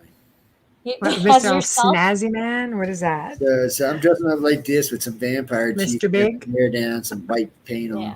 I'll wear my tiara for you if you like. Hey, we'll figure something out. Well, I see if that's a thing. A good friend of mine converted herself into Morticia, and it looks just like the actress. Nice. And then somebody told me Khloe Kardashian's doing it. I could see her doing it very well because she has that, that hourglass and the longer face. Obviously, this is going to be especially. She's also got the money for great makeup artists. Just saying, Khloe. Yeah. Well, they were showing her getting ready, but they never would say what it actually was. Mm-hmm. There was a lot of speculation about it, so. Right. I could always be crazy, man. Oh yeah, they arrested somebody streaking yesterday. I didn't see him, by the way. Oh my gosh, that happens in Vegas every day. I was thinking, boogie there, here comes the streak. Yeah, Vegas and Times Square, New York. You'll see that constantly. Two of the famous authors and one of the winners are from Vegas. Mm-hmm. I love Vegas. Interesting. Actually, Josh, they're supposed to be doing shows all day on Halloween. So I don't know how that's going to pan out yet, but I'll be home, so it'll be a lot easier to deal with. I'll probably still be tired from this weekend, next weekend. So. Yeah. I was supposed to be going down to the dungeon on All Hallows Eve, but I think I'm going to skip it. I got so much work to catch on, both in my day job and this job. So, but Sam's been doing a good job while I've been going. He's taking care. Plus, we may have found the rest of the financing for the FM station, so keep y'all's fingers crossed. I mean, 2 millionaires. We were sitting and talking. I said, well, if they do what they're saying they do, we'll broadcast from Jacksonville, Florida, to the Dallas, to the Texas, New Mexico line, from the Gulf of Mexico to Baltimore, Maryland. Wow. That's impressive. That gives us, how many millions are you looking at? 28 to 32 million people in there. Wow. You've got Atlanta, you've got New Orleans, you've got Baltimore, you got DC. Y'all listening, people? Y'all listening? There we go. So that helps us on advertisers. It also, like I was telling all these new artists and stuff, that'll help y'all out as well because it puts you in different markets. And once that's settled, after about a year, if that's settled, we'll probably go ahead and get it. Because once the tower's up, we can always upgrade the transmitters. Or we can put in what they call FM boosters. So either way, it'll be nice. I'm looking forward to it. I'm missing my FM, And the guy yesterday called me back and asked me if I wanted to buy 107.7 back. Oh, really? They're having a problem getting financing for their network. Yeah. And I said, well, if it crashes, I said, I'll give you half of what you gave me for it. He was like, what? That's like, I said, it's not worth as much if it's crashed, dude. What can I tell you? We'll see what happens with that. And as to Joshua, any special on Halloween? Yeah, that's what I was talking about. I know quite a few of the hosts want to get together and do something on Halloween. Actually, they want to do an all-day thing and most of the night. So we'll see how that goes. I think I'm gonna buy a gallon of White Russians for that night. And oh my gosh, all day and all night. Well, no, it's a holiday in my house. Halloween's a holiday. It is a holiday. It's a fun holiday to be on air too. Okay, Joseph's gonna just beat me right now. Well, all the rules go away on Halloween, so we don't have any really harsh rules on Halloween. Let's put it that way. Oh, so I can have wine? Yes. Then I might just be here. But let me tell you something. You think I don't have a filter now? You should see me with a couple of glasses of Pinot Grigio. But when we start those kind of shows, I actually put a warning at the beginning of the shows. Language might not be suitable for children because we usually get in. I mean, the New Year's one went off pretty good, and we discussed a lot of topics that night as well. Plus, we had a lot of fun in between. And so I said, I've already had like 6 hosts ask me if we're going to do it. And I said, why not? I mean, we might as well. And I appreciate y'all's help with Uncle Michael. Oh, no problem at all. And I'm really, I got to say, the next meeting, I'm going to be very happy because all the hosts have been pulling off their shows without too much problem. They all sound good and look pretty good. Made me really, really happy. John was like, "Damn, they're doing good." I said, "Yeah." I said, "I was hoping they were, so I didn't have to bitch when I got home." He's like, "Oh," I said, "Except for you, John, I ain't got no show from you this week." I was teasing. He shows up. I told Michelle not to do too well because we want to keep you. No. I'll be back to regular producing because I like being involved and knowing what's going on. And some of the other shows need a little. It's let me have to say this. We should. Yeah, we're live. Yeah. So when I'm there, they have to be we're live. Just so you know. I know. I think Jay's got a couple White Russians in him. Not yet, but in a few minutes. I'm headed downstairs in a few minutes. And his network. It was funny. We were. This was hilarious. So I was across the street at the this big department store they got, and Saturday Night Fever was on. So 3 of us started dancing, and we just having fun dancing. Next thing I knew, there was like 25 people line dancing with us. It was crazy. The guy asked us all to leave. Wow. I don't know what happened. I was just walking along and started. I was getting into it, and then 2 people with me. So we started stepping. We were all in boots, so we started stepping, and we were doing the Travolta dance. And next thing I knew, Saturday Night Fever. Yeah, it was really. I could see you doing that too. Oh, really, Josh? I will go see why it didn't work. It was working good. No video or audio. Try it again. Try it again, Joshua. Well, if it don't work, I will repost it. I'll republish it if it's giving you trouble, because it's a good interview and he was a lot of fun to talk to. I'm gonna watch that one too. I love Neil deGrasse. Yeah, I plan on bringing him back on maybe later. Well, probably next year, because really and truly, when I get back, most of my guests are going to be these people from here. I want to give them all adequate time to really get their names out. John and I will probably do a show. We're going to probably do one tonight and tomorrow, and then we'll probably do a couple after that. So I'm really impressed with these people. So, and I'm not easily impressed at all, man. So it's I just want to give them a fair shot. If we can help them out, we can. We got some potential hosts here. Some of these people have great voices. Some of them don't, but some of them do. And so we might bring in some rookies. Mm-hmm. We'll see. We got a pretty good hosting staff for the most part right now. I got to find somebody for 11 to midnight on Fridays, but I think Dell did his show tonight, didn't he? Yeah, he did. Yeah, he did. Laura Lee's whooping in shape. I think she's been smacking him around lately. I'll just leave it at that. As possible. Yeah. But anyway, I'll let y'all close out. I'm just hanging. Okay. Well, I'm glad you're hanging. Fun, Joe. Yeah. I know. So I was wanting to drop it and see y'all last night, but it got crazy last night, so that's not going to happen. We had a really good time last night. Yeah, we had a really good time with Jason Hewlett last night. Yeah, he was awesome. It helps he's in radio somebody told me too. y'all had a good guest on last night. It's one of the authors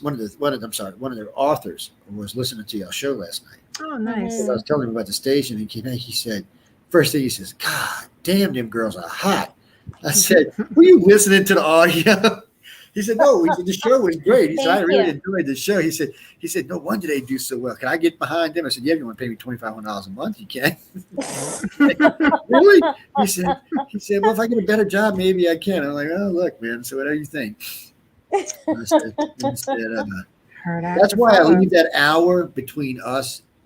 I shouldn't even say this, but I leave the hour between us and Spaced Out Radio because of that. I'm not giving them that audience for free, so that's why there's hours. We're still live. Dave knows I'm a butthole. He knows that already. Good night. Okay, I am gonna sign off, and then we can come back on. We can come back on after we log off.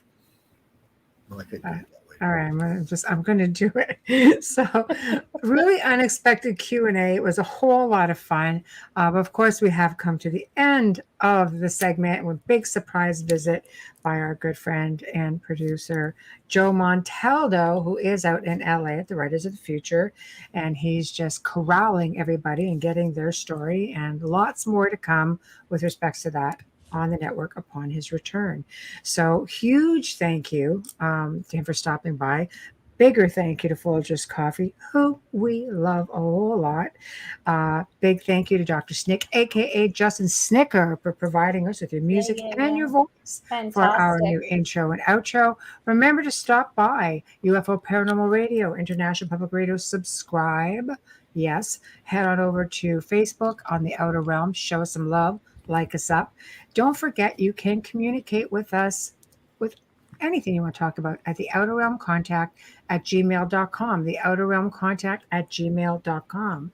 So next week, Wednesday's still up in the air. We have a whole list of people to go through. We haven't decided who was sliding in there. Thursday night, of course, we've got Dr. Rita Wilson back for round 3 with us here on the Outer Realm. We're going to talk about the paranormal and all things spooky. But until then, Amelia and I thank you and have a fantastic weekend. Good night.